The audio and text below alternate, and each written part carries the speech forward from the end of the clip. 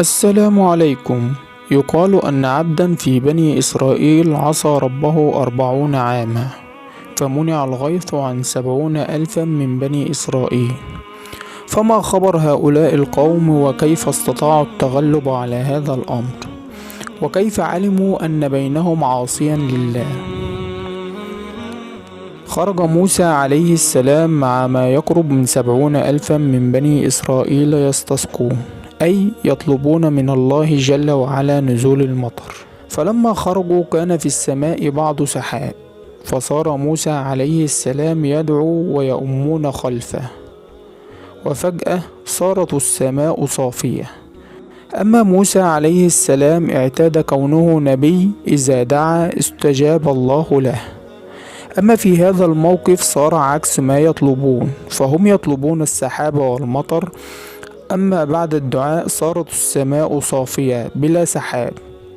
فقال موسى: ربي ما عودتني هذا، عودتني إذا دعوتك تستجيب لي. فقال الله تبارك وتعالى لموسى: إن فيكم رجلا عصاني 40 عاما، وإني لا أستسقيكم ما دام فيكم هذا الرجل.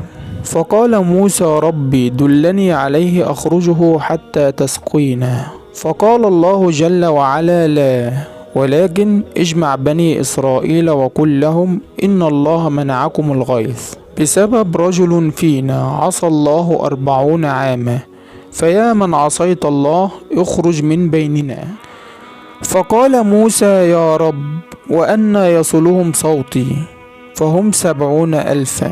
فقال الله جل وعلا: عليك النداء وعلينا البلاغ. فجاء موسى عليه السلام وجمعهم، وقال: إن الله منعنا القطر بسبب معصية رجل فينا عصى ربه، فيا من عصيت الله اخرج من بيننا. فصار كل منهم ينظر إلى الآخر، أما هذا الرجل الذي يعرف نفسه ينتظر أحد غيره يخرج، فما خرج أحد، فعلم أنه هو المراد فسكت.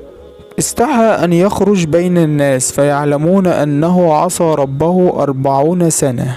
فأعاد موسى عليه السلام النداء مرة ثانية: يا من عصيت الله اخرج، سيهلك الناس، اتق الله في أمتك.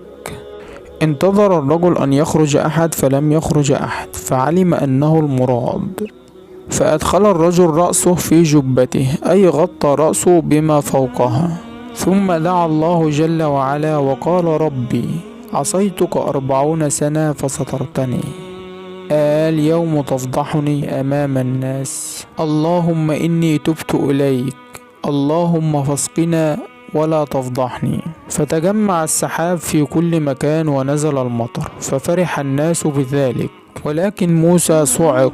فقال موسى: يا رب، سقيتنا ولم يخرج الرجل. فقال الله جل وعلا: يا موسى، إنما سقيتكم بالذي منعتكم به، أي بعد إن كان عاصيا لله فأصبح تائبا لله.